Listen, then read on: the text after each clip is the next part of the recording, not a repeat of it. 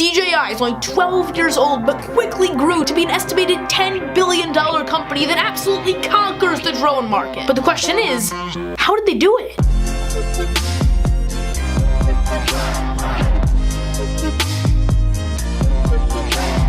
Drones used to be this thing of wonder that people would just see in the sky and go, wow. But no one really owned one, and DJI brought that to the average consumer. It was founded in 2006 in Hong Kong by a student by the name of Frank Wang. He knew little about running a business, but he did know a lot about computer science from his school, so he was able to build something that he actually patented so no other company could use it, and that was called the A2 flight controller, which is something that's still, at some degree, used in DJI drones today. It was built for RC planes that would essentially stabilize them and keep them in the same spot while they're flying. Think about it, when you fly a DJI drone and you just leave it up there, it stays in one spot, even when you're not outside and you don't have GPS. Wow! Look how steady it is! There's no GPS in here or anything, it's just steady. I don't have the controller. Are you seeing this? Look, that's not CGI. It's just staying there in perfect position. It's a miracle! And that's something that almost no other drone company can replicate. With other drones, you need constant attention trying to slowly move it back and forth to make it straight. But on a DJI drone, you can look away from it for 25 minutes straight and it won't do anything. It's really convenient for first-time flyers, and it was a big sell right in the beginning. In 2008, they began selling their own products in China, and by 2009, they were selling products around the world. By 2012, they were selling mini drones, RC planes, with their A2 flight controller, and they had an estimated revenue of around 26 million. And using that, they were able to build their DJI Phantom drone in 2013. And it's only been 5 years, yet DJI has grown to be one of the biggest companies in the tech industry. When the Phantom came out, it was incredibly successful. Not only did it have the A2 flight controller built in, but it looked pretty similar to what Phantoms look like right now. Next was the Phantom 2, the Phantom 3, and eventually the Phantom 4, Mavic Pro, and a ton of other drones, and now DJI is estimated to be worth more than $10 billion by Forbes. And while this success story is great, there's a lot of great companies out there that really do make great products, but they can't just grow as fast as DJI did. But there were a few things that DJI did that other companies actually did better. Like, for example, the GoPro Karma. Do you guys remember that? GoPro released a drone back in 2016 that could have been the greatest drone of that year. DJI had previously released the DJI Phantom 4, and it was pretty similar to the Karma, except that the Karma was foldable, it was portable, and you could bring it anywhere. But DJI, being the incredible smart engineers that they were, had a solution for that. Just a few weeks after the GoPro Karma came out that could have completely outsold the DJI drones, they came out with the DJI Mavic Pro, which you guys know I've used for a really long time, and it does everything the Karma does, but it's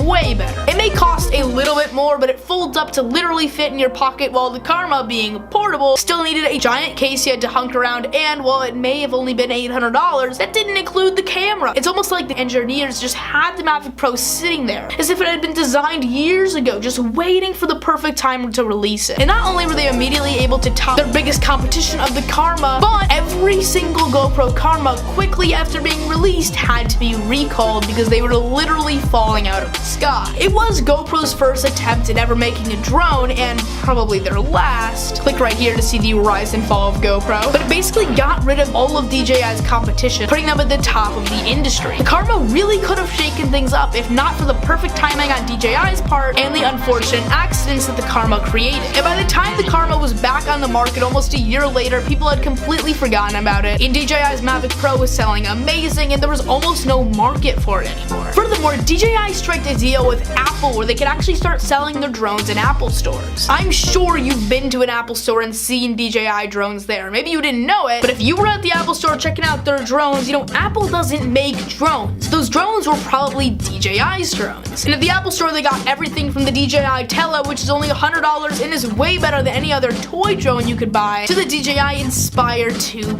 Pro, which is thousands of dollars, but you could literally use in a commercial or movie. And everything in between. They've got a ton of options for whatever level of drone consumer that you're at. And you can buy it all right at your local Apple store. So DJI didn't have to do much marketing for themselves, and DJI's success won't stop anytime soon. They recently purchased Hasselblad, which is a camera company, so they can start making better cameras on their drones, as if the cameras on their drones aren't good enough. That's really put them on top. In fact, they currently own 72% of the global market share in drones. 72% of the money that is spent in the entire world on drones is spent on DJI. DJI, with these two latest releases, once again shows that when it's time to buy a drone, it's not do you buy a DJI drone, it's just which DJI drone do you buy. So guys, that is pretty much it for this video. If you did enjoy it, make sure to leave a like, and also comment down below what you think of DJI's incredible success over the last 12 years. And if you'd like to see another video, click right here, and if you'd like to subscribe,